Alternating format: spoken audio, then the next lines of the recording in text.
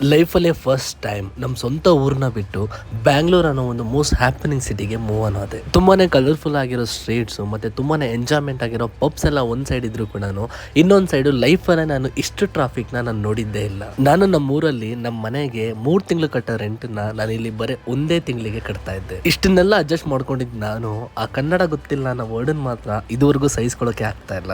ಇಷ್ಟೆಲ್ಲ ಆದರೂ ಕೂಡ ಈ ಬೇರೆ ಬೇರೆ ಕಡೆಯಿಂದ ಬಂದವರಿಗೆಲ್ಲ ಈ ಬೆಂಗಳೂರು ಅನ್ನೋದು ಎರಡನೇ ಮನೆ ಹೇಗಾಗಿದೆ ಅಂತ ಹೋಗ್ತಾ ಹೋಗ್ತಾರೆ ನನಗೂ ಕೂಡ ತಿಳಿತಾ ಬಂತು. ತುಂಬಾ ಜನ ಇಲ್ಲಿ ಕೆಲಸಕ್ಕೋಸ್ಕರ ಬಂದಿದ್ರು ಕೂಡ ಏನೇ ಒಂದು ವಿಚಾರ ಆಗ್ಲಿ ಅದನ್ನ ಹೊಸದಾಗಿ ಏನಾದ್ರು ಟ್ರೈ ಮಾಡ್ಬೇಕಂದ್ರೆ ಅಷ್ಟು ಧೈರ್ಯವಾಗಿ ಟ್ರೈ ಮಾಡೋರ ಈ ಬೆಂಗಳೂರಲ್ಲಿ ಮಾತ್ರ ನೋಡಕ್ ಸಾಧ್ಯ. ಸುಮ್ಮನೆ ನೀವು ರೋಡ್ ಕ್ರಾಸ್ ಮಾಡ್ತಿರ್ಬೇಕಾದ್ರೆ ಪಕ್ಕದಲ್ಲಿ ನೋಡಿ ನೀವು ಹಾಯ್ ಅಂತ ತೋರಿಸಿದ್ರಿ ಅಂತಂದ್ರೆ ಅವ್ರೊಂದು ಸ್ಟಾರ್ಟ್ಅಪ್ ಫೌಂಡರ್ ಆಗೋದಕ್ಕೆ ಕೂಡ ತುಂಬಾನೇ ಸಾಧ್ಯತೆ ಇದೆ. ಇಲ್ಲಿ ಹೊಸ ಹೊಸ ಫ್ರೆಂಡ್ಸ್ ಸಿಗೋದಕ್ಕೆ ಬೇರೆ ಏನೂ ಕಾರಣ ಬೇಕಾಗಿಲ್ಲ.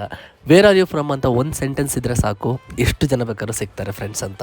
ಇದೇ ಬೆಂಗಳೂರಲ್ಲಿ ಈ ಬೆಂಗಳೂರವರಿಗಿಂತ ಹೊರಗಡೆಯಿಂದ ಬಂದವರೇ ತುಂಬಾ ಜನ ಇದ್ದಾರೆ. ಲೈಫ್ ಅಂದ್ರೇನೆ ಏನಾದ್ರೂ ಒಂದು ಸಾಧಿಸಲೇಬೇಕು ಅಂತ